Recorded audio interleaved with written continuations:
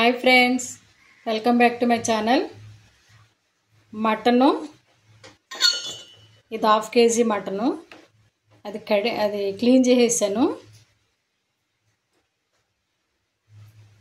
వాక్కాయలు ఇవి కట్ చేసేసి లోపల ఇందులో కొంచెం చిన్న సీడ్ ఉంటుంది, తీసేసుకోవాలి.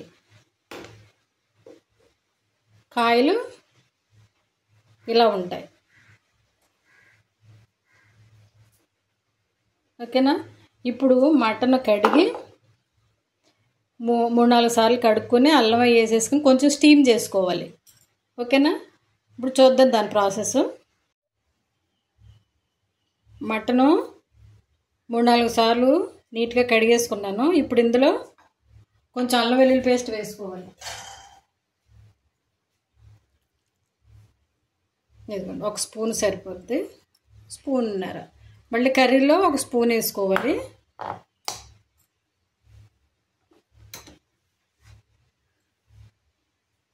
ఒక స్పూన్ కూడా కాదులే,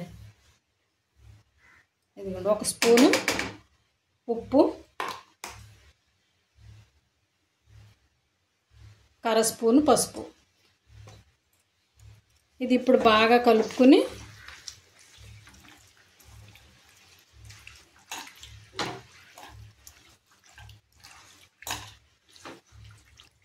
బాగా కలుపుకుని స్టీమర్లో పెట్టుకుందాం.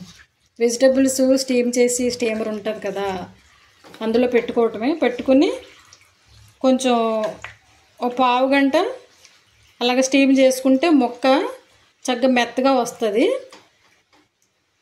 స్టీమర్ పెట్టుకుందాం. ఇప్పుడు స్టీమర్ పెట్టుకున్నాం కదా, ఇందులో వేసుకుని ఆవిరి మీద ఉడికించుకుంటే రైస్ కుక్కర్లో వండుతారు కదా మటను, నాటుకోడి అన్నీ, అలాంటి ప్రాసెస్ ఏమి లేకుండా స్టీమర్లో పెట్టుకుని ఉడికించుకుంటే చక్కగా ఆ వాటర్ కిందకు వచ్చేస్తుంది. ఆ వాటర్ మళ్ళీ కర్రీలో పోసుకోవచ్చు, బాగుంటుంది. ముక్క మెత్తగా ఉడుకుతుంది.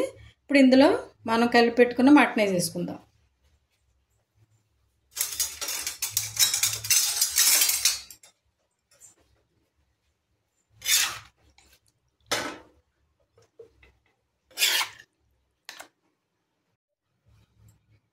స్టీమర్లో వేసేసుకున్నాం. ఇది 10 నిమిషాలు స్టీమ్ చేసుకుంటే ఇది రెడీ అయిపోద్ది. ఈలోపు మనం కర్రీకి కావాల్సిన ఉల్లిపాయలు, పచ్చిమిరపకాయలు అన్నీ కట్ చేసుకుందాం. స్టీమ్ అయ్యింది.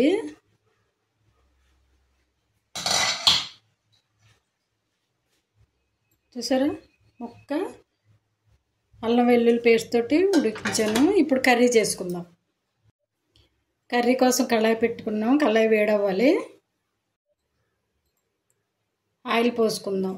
ఇది 3 పెద్ద గరిటెల ఆయిల్ ఉంటుంది. అన్నవి కదా, ఆయిల్ ఎక్కువ పడుతుంది. ఎక్కువ అంటే మరీ ఎక్కువ పోసుకోకూడదు, కూరకు తగ్గట్టుగా. ఓకేనా. ఆయిల్ కాగాలి. ఆయిల్ వేడైంది. ఇప్పుడు ఉల్లిపాయలు, పచ్చిమిరపకాయలు కట్ చేసుకుని 2 ఉల్లిపాయలు, 4 పచ్చిమిరపకాయలు. కర్రీ కొంచెం పుల్లగా ఉంటుంది కదా, ఒక 4 పచ్చిమిరపకాయలు ఎక్కువ వేసుకుంటేనే టేస్ట్ బాగుంటుంది.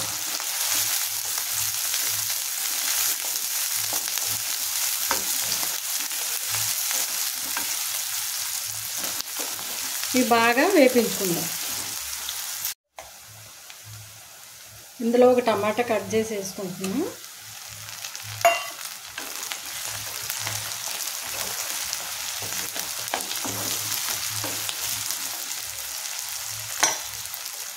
అలాగే మనం కొంచెం మటన్లో అల్లం వెల్లుల్లి పేస్ట్ వేసాం కదా, ఆనియన్లో కూడా 1 స్పూన్ అల్లం వెల్లుల్లి పేస్ట్ వేసుకోవాలి.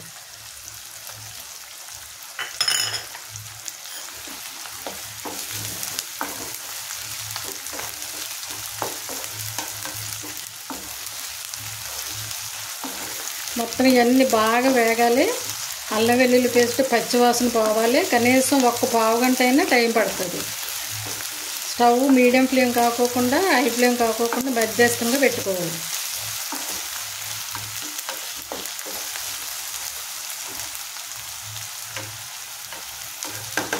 ఒక పావుగంట మూత పెట్టుకుని వేపించుకుందాం.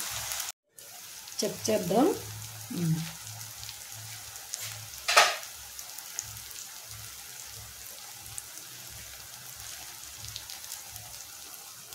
ఇప్పుడు 2 స్పూన్లు కారం,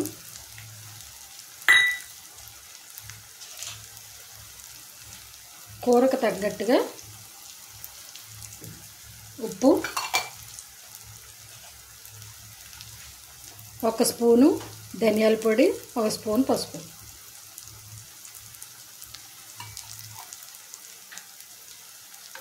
ఇవి కూడా వేపించుకోవాలి.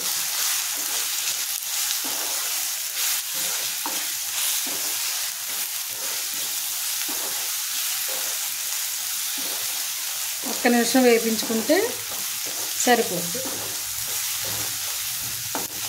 స్టవ్ మీడియం ఫ్లేమ్లో ఉంచుకుని వేపించుకోవాలి.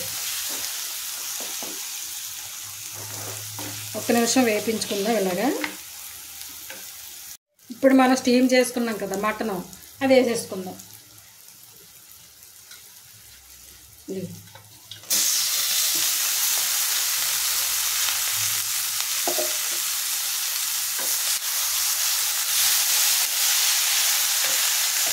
స్టవ్ సిమ్లో పెట్టుకుందాం.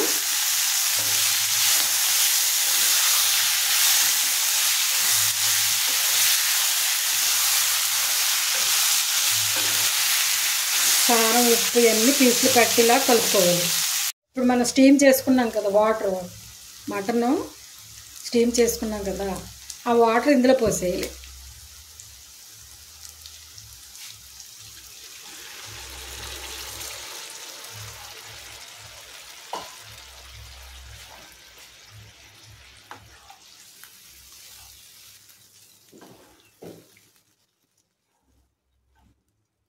ఇప్పుడు ఉడికించుకోవాలి. స్టవ్ మీడియం కాకుండా అయ్యో కాకుండా మధ్యస్థంగా ఉడికించుకోవాలి. ఒక పావుగంట అయినా ఇలా ఉడికించుకోవాలి. మూత పెట్టి ఉడికించుకుందాం. ఇప్పుడు మూత తీసి కొంచెం కొత్తిమీర వేసుకుందాం.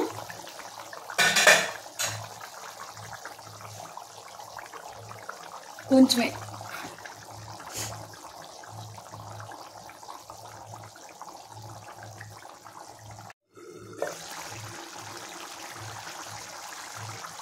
కర్రీ దగ్గరకు వచ్చింది. వాక్కాయలు శుభ్రంగా కడుక్కున్నాము. ఇవి ఇలాగే ఉంటాయండి. పిక్కల్లో లోపల పిక్క ఉంటుంది కదా, అది తీసేస్తే ఇలాగే ఉంటాయి. ఇలా ఉన్నందుకు నో ప్రాబ్లం, వేసేసుకోవచ్చు.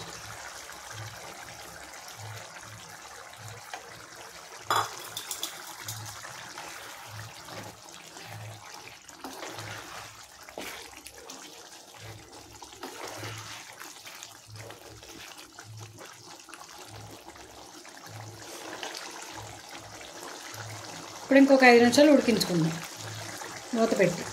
ఇప్పుడు 1 స్పూన్ గరం మసాలా వేసుకుందాం.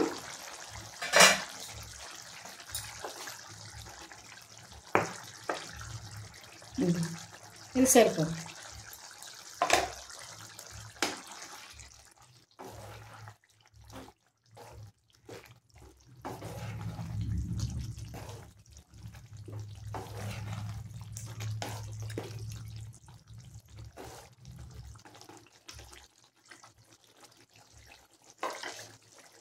స్టవ్ సిమ్లో పెట్టుకుని ఒక 10 నిమిషాలు ఉడికించుకుంటే, దించే ముందు కొంచెం కొత్తిమీర వేసుకుంటే కర్రీ రెడీ అయిపోద్ది.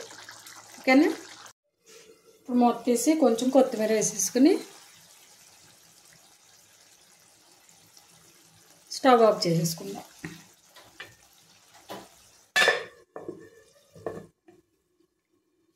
ఈ ఫ్లేవరు కర్రీకి పడుతుంది, టేస్ట్ బాగుంటుంది. కర్రీ చూద్దాం. ఓకేనండి, కర్రీ రెడీ అయిపోయింది. మటన్ కర్రీ పులుసుగా వండుకోకూడదు.